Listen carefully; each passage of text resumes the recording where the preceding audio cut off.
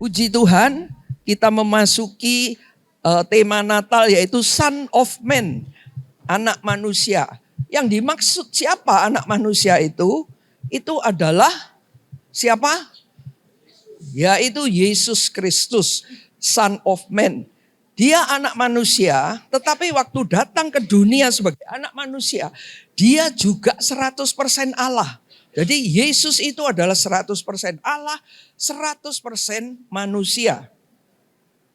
Kita lihat ayatnya dari Daniel 7, 13-14 dikatakan, aku terus melihat dalam penglihatan malam itu, ya ini Daniel ya yang mendapat penglihatan waktu itu, tampak datang dengan awan-awan dari langit, seorang seperti anak manusia. Datanglah ia kepada yang lanjut usianya itu, dan ia dibawa ke hadapannya. Lalu diberikan kepadanya kekuasaan dan kemuliaan dan kekuasaan sebagai raja. Maka orang-orang dari segala bangsa, suku bangsa dan bahasa mengabdi kepadanya. Kekuasaannya ialah kekuasaan yang kekal, yang tidak akan lenyap. Dan kerajaannya ialah kerajaan yang tidak akan musnah. Karena kerajaannya itu adalah abadi. Ya. Dari bacaan ini kita bisa melihat ada beberapa poin. Ya, kalau saya lihat ini ada 9 poin. 9 poin dari ayat ini. Yaitu yang pertama itu ada nubuatan. Ya. Karena ini belum terjadi. Tapi Daniel sudah dikasih penglihatan. Ya. Bukan cuma Daniel saja, ada beberapa nabi lain yang dipakai. Ini pertama nubuatan. Sebab seorang anak telah lahir untuk kita, seorang putra telah diberikan untuk kita. Lambang pemerintahan ada di atas bahunya. Namanya disebut orang penasehat ajaib. Karena dia adalah penasehat yang luar biasa. Tidak ada orang yang mengalahkan sebagai penasehat. Hanya dia saja. Dikatakan juga sebagai Allah yang perkasa. Jadi bukan Allah abal-abal, tapi Allah yang perkasa, yang punya kuasa. Ya, Bapak yang kekal seperti tadi videonya itu anak-anak kecil kepingin bapaknya seperti apa dan mengatakan bapaknya itu sebetulnya bagaimana di rumah. Ya, kalau di sini bapak-bapak enggak kelihatan. Oh, tapi di rumah suka marah. Ya, jadi jangan diulang-ulang, tapi harus berubah bapak-bapak juga ibu-ibu. Ya, seperti yang dikatakan firman saja yang kita mau lakukan. Juga dikatakan Raja Damai. Karena dia adalah Raja Damai. Barang siapa yang percaya kepadanya, diberi kuasa untuk menjadi anak-anaknya. Termasuk kita semua yang sudah dibaptis, sudah percaya bahwa Yesus Kristus adalah Tuhan kita, Juru Selamat satu-satunya. Kita jadi anak-anaknya, anaknya Raja Damai. Ya, karena kita anaknya Raja Damai, otomatis sebagai anak itu akan ketularan dengan bapaknya. Kalau bapaknya Raja Damai, kita ini adalah pembawa damai. Ya, jadi kita harus menjadi pembawa damai, bukan suka kipas-kipas. Ya, kalau ada orang lagi berkelahi, kipas-kipas terhadap yang salah satu atau bagaimana ya? Jangan, tetapi kita membawa damai, meluruskan dan membaikkan. Ya, jadi jembatan untuk mereka berdua yang berkelahi ini bisa pulih, ya, ada pemulihan dan baik. Ini yang harus kita lakukan, ya, membawa damai. Lalu yang di samping nubuatan, yang sudah dinubuatkan ini oleh Yesaya. Jadi ratusan tahun sebelum Yesus lahir ke dunia, sudah dinubuatkan. Kok dinubuatkan? Berarti penting, ya. Dinubuatkan bukan sama Daniel saja, tetapi juga Yesaya. Sehingga disebutkan sebagai anak manusia. Ya, dia lahir sebagai manusia, anak manusia. Tapi biasanya digambarkan sebagai bayi yang di palungan, ya, lalu ada Ibu Maria dan Bapak Yusuf. Biasanya itu digambarkan demikian. Tapi untuk kita, anggota kerajaan Allah, sudah tidak begitu lagi. Itu kan bayinya tumbuh. Masa anak kecil itu tadi segitu 10 tahun lagi masa segitu terus? Tidak mungkin loh ya. Jadi akan bertumbuh. Begitu juga Tuhan kita yang namanya Yesus memang diperingati Natal itu kelahirannya. Tapi sebagai anak manusia coba kita lihat bagaimana anak manusia yang nanti akan datang lagi itu ya. Kita baca dari Wahyu 1. Dan di tengah-tengah kaki Dian itu ada seorang serupa anak manusia, berpakaian jubah yang panjangnya sampai di kaki dan dadanya berlilitkan ikat pinggang emas. Kepala dan rambutnya putih bagaikan bulu yang putih metah dan matanya bagaikan nyala api. Dan kakinya mengkilap bagaikan tembaga membara. Ini penghakiman ya. Di dalam perapian. Suaranya bagaikan desau air bah. Dan di tangan kanannya ia memegang 7 bintang. Yaitu jemaat-jemaat Tuhan. Dan dari mulutnya keluar sebilah pedang tajam bermata 2. Firman Tuhan. Dan wajahnya bersinar-sinar bagaikan matahari yang terik. Ini loh gambarannya anak manusia itu, son of man itu. Yang akan datang kedua kali. Jadi bukan bayi di palungan ya. Tetapi seperti ini dahsyatnya. Lalu di samping itu juga disebutkan kedatangannya yang kedua yang di awan-awan itu tadi. Ya. Jawab Yesus, engkau telah mengatakannya, akan tetapi aku berkata kepadamu, mulai sekarang kamu akan melihat anak manusia duduk di sebelah kanan yang maha kuasa dan datang di atas awan-awan di langit. Lalu juga di ayat yang lain tentang kedatangan yang kedua dari Tesalonika. Sebab pada waktu tanda diberi, yaitu pada waktu penghulu malaikat berseru dan sangkakala Allah berbunyi, maka Tuhan sendiri akan turun dari surga dan mereka yang mati dalam Kristus akan lebih dulu bangkit. Oh, mungkin ada nenek kita, kakek kita, tante kita, om kita yang sudah meninggal di dalam Kristus. Itu akan dibangkitkan, ya, dibangkitkan pada waktu sangkakala dibunyikan. Lalu sesudah itu kita yang masih hidup ini, kita yang ada di dunia yang masih hidup, yang di dalam Kristus, yang masih tinggal akan diangkat bersama-sama dengan mereka yang sudah dibangkitkan itu dalam awan menyongsong Tuhan di angkasa. Demikianlah kita akan selama-lamanya bersama dengan Tuhan. Karena itu hiburkanlah seorang akan yang lain dengan perkataan-perkataan ini. Sehingga kita sudah tidak usah susah. Kalau ada kematian, orang yang kita cintai meninggal, dipanggil Tuhan lebih awal, ya, tidak apa-apa. Oh, dia sudah pulang duluan, enggak apa-apa. Nanti kita akan ketemu lagi ya pada waktu sangkakala dibunyikan. Dan kalau kita melihat keadaan zaman sekarang, ya, keadaan dunia, ini sudah tanda-tanda kita ini sudah di ujungnya akhir zaman. Ya, sudah di ujungnya akhir zaman. Karena itu kita harus berjaga-jaga. Makanya dikatakan persiapan ya. Next year ini adalah tahun persiapan. Kalau tahun 24 ini kan tahun memberi pengaruh, memberi paradigma yang baru. Kepada siapa? Kepada orang-orang di luar sana yang belum kenal Kristus. Kepada dunia ini. Sehingga kita menjadi dampak bagi dunia. Bukan dunia yang mendampaki kita. Tapi kita yang harus dampak pada dunia. Ya tadi saya bilang sama Antoni. Waduh, tadi lihat anak-anak muda itu luar biasa ya kalau menyembah Tuhan, menyanyi-nyanyi. Luar biasa. Terus ditunjukkan setelah anak-anak luar negeri, ada tayangannya yang itu anak-anak kita itu. Itu anak-anak kita yang di sini. Waduh, puji Tuhan. Pujian penyembahan. Saya harapkan semua anak-anak muda kita itu gini terus. Itu terus ada tadi anak-anak sekolah minggu 100 lebih loh Bu.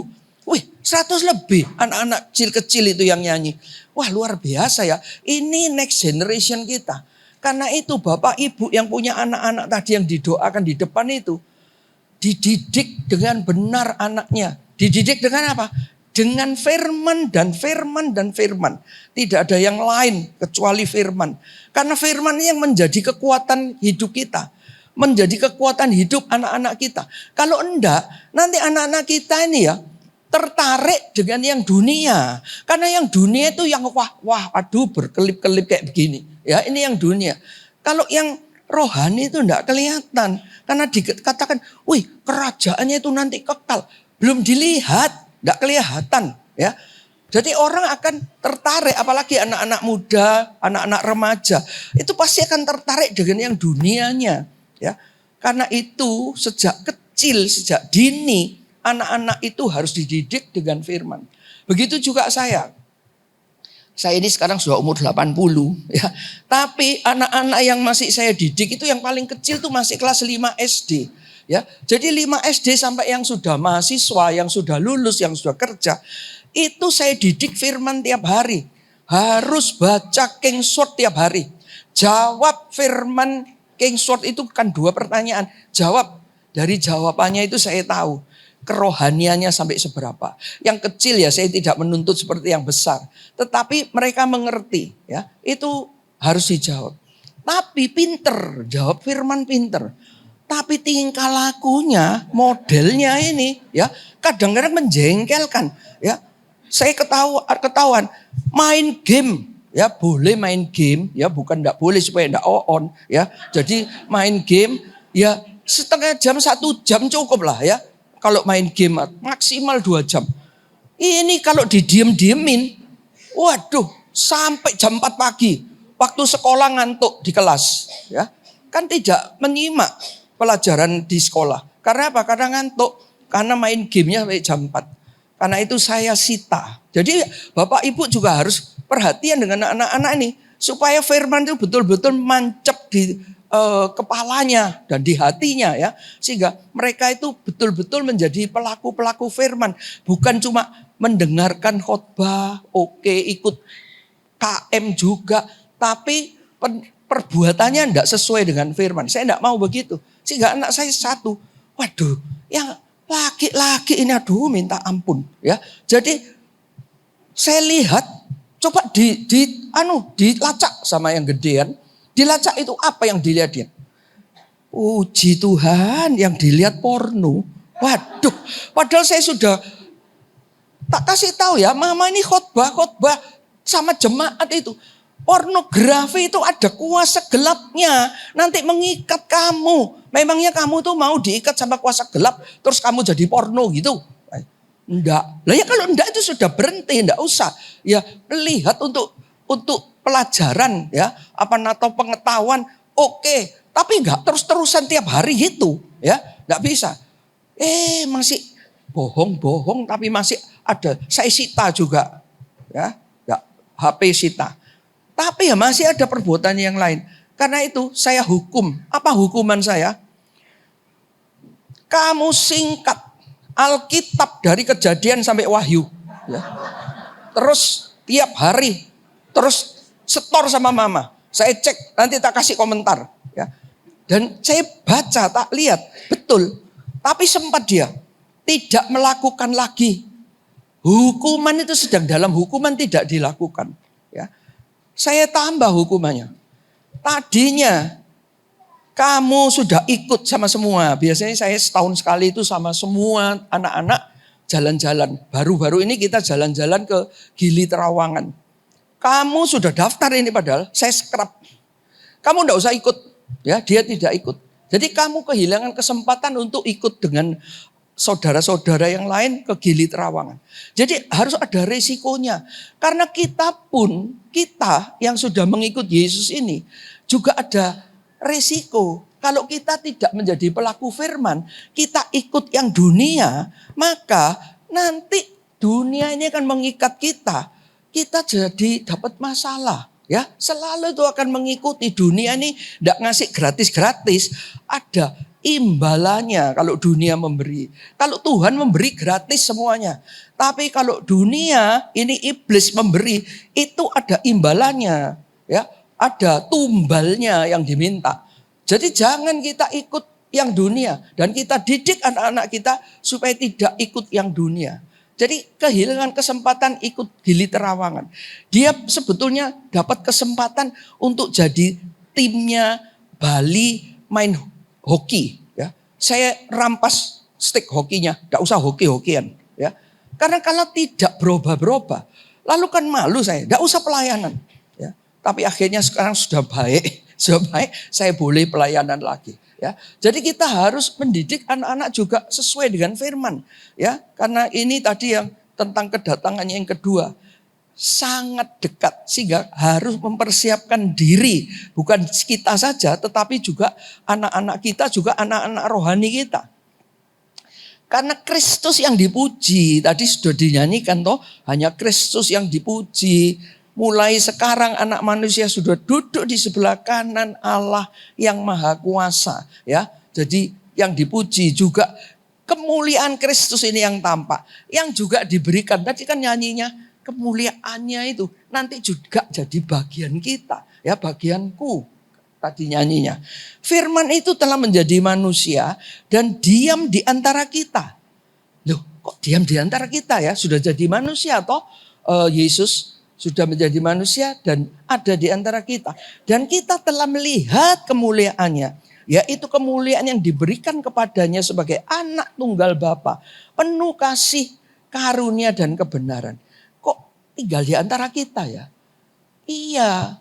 Semua yang dibaptis itu sudah diberi Roh Kudus di dalam hatinya.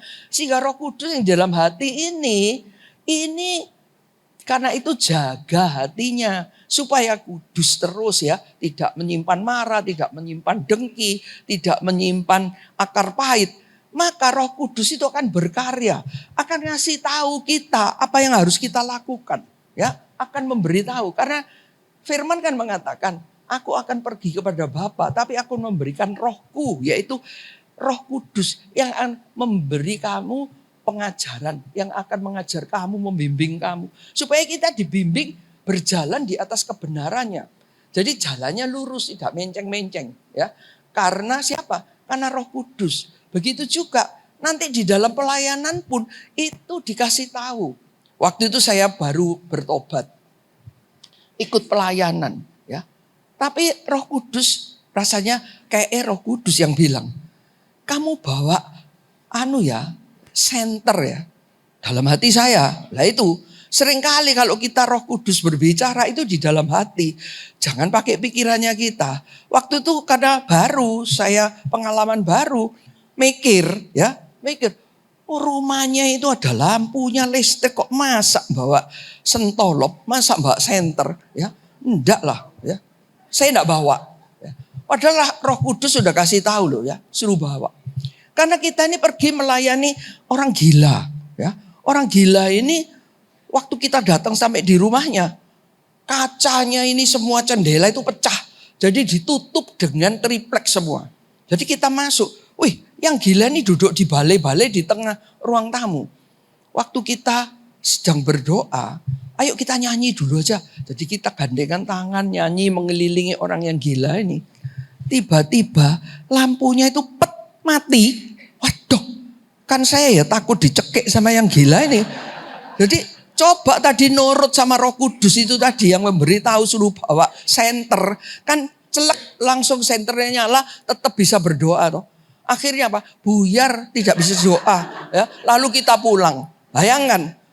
Roh Kudus kalau kita mau jaga hati kita akan bekerja ya, karena kemuliaannya ini rohnya itu ada di dalam diri kita masing-masing. Ini akan menuntun kita. Di samping kemuliaan Kristus, ini Kristus itu adalah sebagai raja. Tadi kan sudah dinyanyikan juga. Kalau Kristus ini adalah raja. Raja di atas segala raja yang turun ke dunia. Bersorak-soraklah dengan nyaring. Hai putri Sion, bersorak-sorailah, hai putri Yerusalem.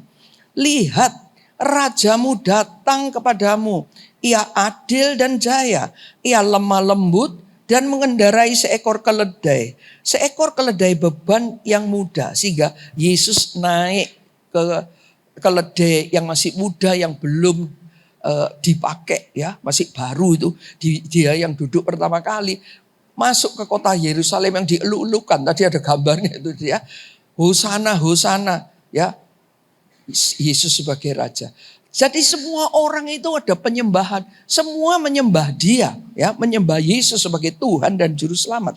Segala ujung bumi akan mengingatnya. dan berbalik kepada Tuhan. Dan segala kaum dari bangsa-bangsa akan sujud menyembah di hadapannya. Kalau kita baca kitab Yesaya, ya Yesaya 60 ke belakang itu sampai 64 itu kita baca, kita lihat di akhir zaman nanti kaum Kedar, kaum Nebayot itu akan ikut bersama-sama menyembah Tuhan yang benar ini loh. Bersama-sama dengan siapa? Dengan kita. Tapi kita juga harus jadi pengaruh yang baik kepada mereka sehingga mereka mau mengikut. Nanti kitab Sakaria itu, nubuatan itu akan terjadi pada diri kita. Ada 10 orang yang akan mengikut kita. Aku akan ikut engkau karena aku tahu Tuhan menyertaimu. Loh itu loh. Jadi semua orang akan melihat, dunia melihat kalau ada Tuhan menyertai kita. Sehingga banyak orang akan ikut.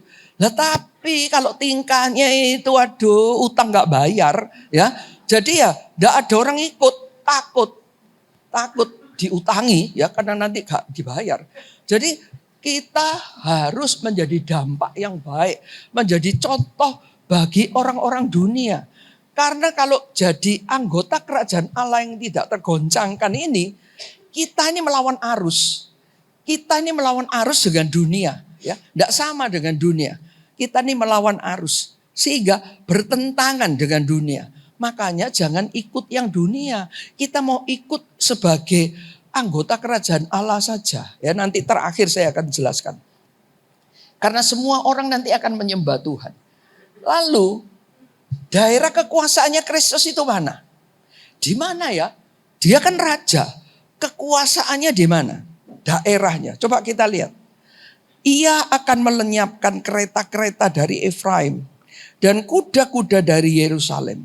Busur perang akan dilenyapkan. Ia akan memberitakan damai kepada bangsa-bangsa. Wilayah kekuasaannya akan terbentang dari laut sampai ke laut. Dan dari sungai Efrat sampai ke ujung-ujung bumi. Di mana? Di dunia ini. Ya, kekuasaannya Kristus ada di dunia ini. Di samping dia di surga. Tetapi yang di dunia ini loh yang penting. Karena kita masih di dunia. Sehingga kita adalah duta-duta kerajaan Allah. Ini di dunia. Seperti doanya Yesus, doa Bapa kami. Terjadilah kehendakmu di sorga seperti di bumi, ya, seperti di bumi. Jadi supaya di bumi ini terjadi seperti yang di sorga itu. Siapa? Lewat siapa? Ya lewat kita-kita ini loh. Yang anggota kerajaan Allah yang tidak tergoncangkan. Ini kita ini jadi duta-dutanya Tuhan. Duta-duta kerajaan Allah. Coba kalau jadi dutanya Indonesia di mana ini? Di Singapura misalkan, ya. Jadi kan apa yang di kedutaannya Indonesia itu semuanya ya Indonesia kan. Tidak mungkin mengajarkan orang yang dutanya situ mengajarkan pelajarannya Inggris atau pelajarannya Amerika, undang-undangnya. Tidak mungkin, yang diajarkan itu ya Bhinneka Tunggal Ika, ya Pancasila. Itu yang diajarkan karena kedutaan. Begitu juga kita. Kita sebagai duta-duta kerajaan Allah. Kita ini membawakan kerajaan Allah. Loh, kan undang-undangnya mana ya? Undang-undangnya kerajaan Allah, hukum-hukumnya mana? Ada, ya Alkitab itu loh. Firman Tuhan itu undang-undangnya. Firman Tuhan itu peraturan-peraturannya, hukum-hukumnya kerajaan Allah. Yang harus kita lakukan dan kita praktekkan. Sehingga termanifestasi keluar kepada orang-orang yang belum kenal. Sehingga makanya itu melawan dunia, ya. Harusnya harus melawan dunia. Ini yang harus kita praktekkan. Ya, baru nanti kelihatan kita tampil beda. Karena kita anggota kerajaan Allah yang tidak tergoncangkan. Ya, ini darah kekuasaannya. Lalu yang terakhir, kerajaannya itu kekal abadi. Orang mikir, oh kerajaannya kekal abadi itu nanti di sorga kalau kita sudah mati. Enggak, ya sekarang ini loh. Ya, di sini waktu kita masih di bumi. Maka pemerintahan, kekuasaan dan kebesaran dari kerajaan-kerajaan di bawah semesta langit akan diberikan kepada orang-orang kudus. Siapa orang-orang kudus? Ya kita ini loh, bukan karena kita ini baik atau kita ini kudus, enggak. Karena kita sudah menerima Yesus sebagai Tuhan dan Juru Selamat. Karena darahnya yang tercurah di kayu salib itu kita dikuduskan, dijadikan orang-orang kudusnya. Ini yang dijanjiin itu loh, akan diberikan kepada orang-orang kudusnya itu kekuasaan, pemerintahan, kebesaran, kemuliaan, semua itu loh yang ada dalam kerajaannya diberikan kepada orang kudus. Umat yang maha tinggi, pemerintahan mereka adalah pemerintahan yang kekal. Ya, pemerintahannya kita itu nanti kekal, abadi. Dan segala kekuasaan akan mengabdi dan patuh kepada mereka, yaitu orang-orang kudus ini tadi. Ya, sehingga kerajaan yang kekal abadi ini. Tapi rencana Tuhan tetap selama-lamanya. Rancangan hatinya turun-temurun. Sehingga kalau Tuhan sudah punya rencana, rencananya itu tetap berlangsung. Ya, ini terjadi pada waktu penciptaan pertama. Waktu Adam dan Hawa diciptakan, kan itu diberi kuasa. Ini loh, tak kasih kuasa. Ini sudah diciptakan Adam dan Hawa. Bumi itu yang disuruh menguasai. Terus yang memberi nama binatang-binatang juga Adam dan Hawa. Oh, ini semut, ini laler, oh itu kuda, ya. Itu semua yang memberi nama mereka, Adam dan Hawa. Terus disuruh menguasai semua, mengelola semua yang ada di bumi ini. Dengan apa? Dengan sistem kerajaannya Tuhan, dengan sistem kerajaan Allah ini. Itu yang diberikan. Tapi mereka tidak taat, ya. Sudah dikasih tahu jangan makan ini ya, buah dari pengetahuan baik dan buruk ini. Tapi iblis ini dengan liciknya itu menipu sebagai ular, mengiming-iming sama Hawa, akhirnya jatuh. Ya, lalu suaminya dikasih juga, karena kalau zaman kuno itu ya, nenek-nenek, emak-emak itu suka bilang, waduh kalau perempuan itu suka jadi ular bantal. Nah itu, jadi ini Hawa ini jadi ular bantalnya Adam. Sampai akhirnya dikasih makan itu buah apel gambarannya itu. Ya makan, jadi dua-dua itu tidak taat.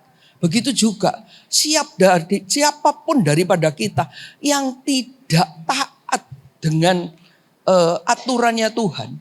Hukum-hukumnya kerajaan Allah itu tadi, yaitu firman-firmannya. Ya, itu kita nih kalau tidak taat, kita akan mengalami seperti Adam dan Hawa itu. Tapi dikatakan Tuhan itu rencananya itu abadi. Tidak terima Tuhan. Loh, salah ini. Lalu dia memerintah sendiri. Lewat apa? Kalau kita baca Alkitab, kan dari kejadian itu terus raja-raja kan. Raja-raja itu sampai raja-raja. Itu kan Tuhan yang memerintah. Lewat siapa? Lewat nabi-nabinya. Tuhan yang ngomong lewat nabinya, Yeremia, Yesaya, ya siapa saja itu, lewat mereka. Tapi umatnya ini loh, terus saja, ya ada yang baik, tapi ada yang jahat, ada yang lalu menentang dia, sudah tidak taat menentang lagi, ya. Tapi ada juga yang taat. Tapi kalau kita hitung, banyak yang taat apa banyak yang ini belakrak itu kalau orang Jawa bilang itu, ya lebih banyak yang belakrak, ya, yang enggak nurut, yang enggak taat ini lebih banyak daripada yang taat, ya. Tapi coba kalau kita lihat yang taat itu apa?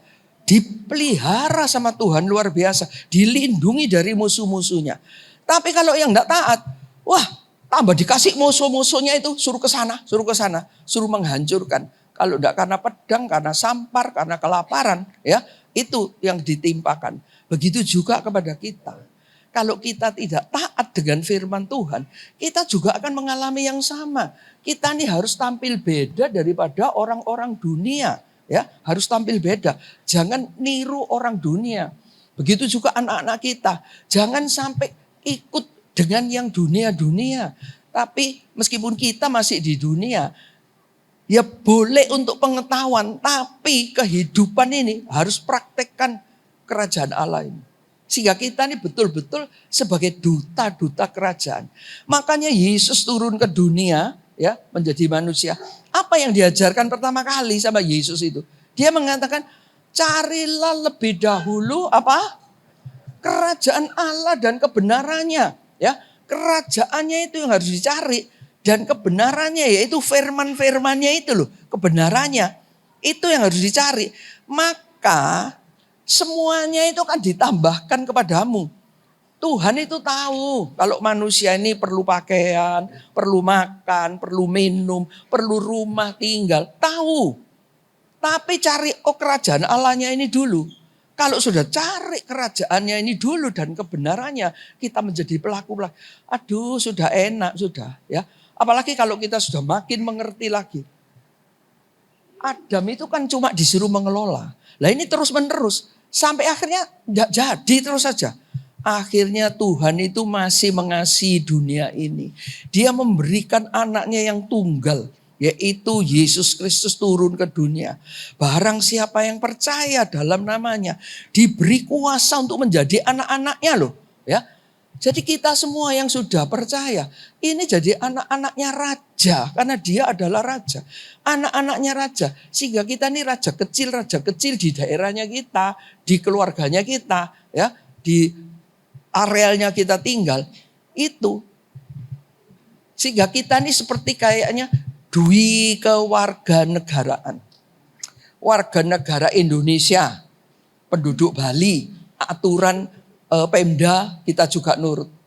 Tapi kita ini juga anggota kerajaan Allah. Juga ada hukumnya, ada aturannya. Itu juga kita harus lakukan. Tidak bertentangan kok. Ya, tidak bertentangan. Kita harus lakukan. Kalau seandainya ada negara yang aturannya itu bertentangan dengan firman, nurut mana? Nurut negara apa nurut firman? Ya nurut firman, ya biar bertentangan. Ya, seperti kalau kita menjadi warganya Amerika, lalu Biden itu boleh LGBT, boleh menggugurkan, aborsi boleh, ya. Itu kan aturannya. Apa kita nurut? Enggak. Kita tetap pegang anggota kerajaan Allah ini yang lebih penting. Ya, kita sebagai warga kerajaan Allah ini lebih penting daripada yang di dunia. Karena kita itu nanti kekal abadi. Sehingga rencananya Tuhan itu tidak berhenti karena Adam dan Hawa dan terus keturunannya salah-salah terus. Banyak yang tidak taatnya. Tapi dengan yang terima Yesus, ini dipulihkan. Jadi kita nih seperti dikasih kuasa kembali. Kuasa yang diberikan itu dikasihkan kembali. Kita boleh mengelola semua ini. Tapi hanya ingat. Hanya sebagai pengelola. Ya, kita bukan pemilik. Memang kita memiliki. Kita bisa memiliki rumah 10. Boleh, tidak apa-apa. Ya. Tapi itu anggap itu punyanya Tuhan. Sehingga kita ini mengerjakan pekerjaan yang kita kerjakan. Bisnis kita, pelayanan kita, pekerjaan kita, apa saja yang kita lakukan, ibu rumah tangga, itu seperti untuk Tuhan. Kita lakukan seperti semuanya itu punyanya Tuhan. Ya, sehingga kalau sudah tahu bukan punyanya kita, kalau ditipu orang, stres, rugi, ya rugi. Ya enggak, ini punya yang nipu Tuhan kamu. Ini punya Tuhan kok. Ya, begitu. Ya, apa saya enggak pernah mengalami ditipu? Pernah beberapa kali, ya. Pernah ditipu, enggak sedikit M yang ditipu itu, ya. Ya enggak apa-apa. Enggak stres saya. Lah rugi saya enggak bisa pelayanan kalau stres. Mana bisa baca Alkitab? Enggak bisa. Mana bisa mempersiapkan khotbah? Enggak bisa. Kepikiran duit terus, ya. Mata duitan itu namanya, ya. Jadi jangan karena semua yang kita miliki ini punyanya Tuhan. Sehingga kita hanya pengelola saja. Ya, kalau kita ngerti nih loh kerajaan, anggota kerajaan Allah. Dan kita nih duta-dutanya Tuhan. Duta-duta kerajaan Allah. Karena Kristus yang mengembalikan itu. Yang sudah dikasihkan Adam dan Hawa itu. Dikasihkan kepada kita yang sudah menerima Tuhan dan Juru Selamat. Ya, ini. Jadi kita mesti ngerti. Kita, rock itu apa ya?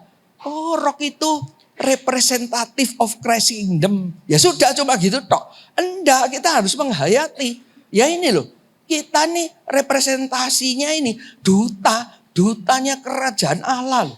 Dutanya Kristus. Luar biasa loh. Tidak ada toh pelajaran lain yang mengajarkan kalau kamu ikut pelajaran ini nanti kamu jadi dutanya Tuhan. Tidak ada. Hanya melalui Yesus Kristus saja kita ini bisa menjadi duta-duta kerajaan Allah yang tidak tergoncangkan dan kerajaannya itu kekal dan abadi. Ya, abadi. Di dunia ini nanti abadi, ya. Meskipun kita nanti ada pengangkatan kedatangannya yang kedua segala, itu abadi. Ya, coba kita sekarang lihat yang terakhir, ada tayangan, ada 2 tayangan video. Coba kita lihat ya. Yang pertama bisa ditayangkan, yang pertama yang binatang kecil itu tadi. Coba itu binatang lahir kecil, ya, tidak mampu rasanya, tidak berkuasa, dipelihara, diberi makan, sampai besar. Ya. Nah, coba. Terus gamblok aja. Somebody to know, somebody to have, somebody to hold. It's easy to say, but it's never the same. I guess I kinda like the way you numbed all the pain, and now the day bleeds into nightfall, and you're not here to get me through it all. I let my guard down, and you pulled the rug. I was getting kinda used to being someone you love. Suruh pergi, tapi dia tuh balik lagi. Balik lagi ke orang yang memberi makan. Ya. Begitu juga kita. Kita ini tadinya itu apa sih?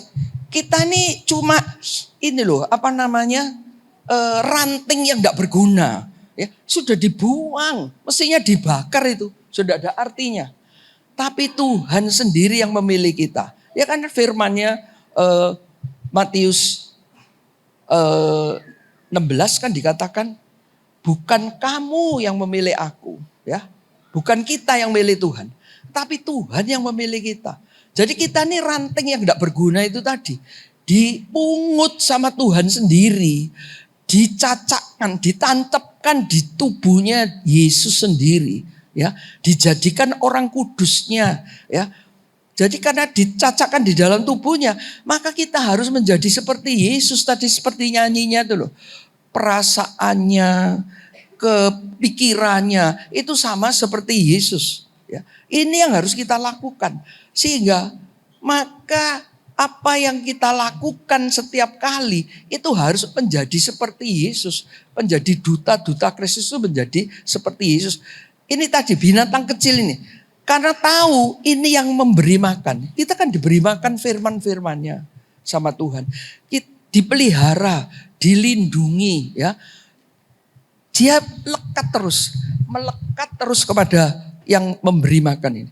Apakah kita tetap melekat kepada Tuhan yang memberi kita kehidupan, yang memberi kita penghiburan, yang memberi kita semuanya, segalanya yang kita miliki ini dari Tuhan semuanya.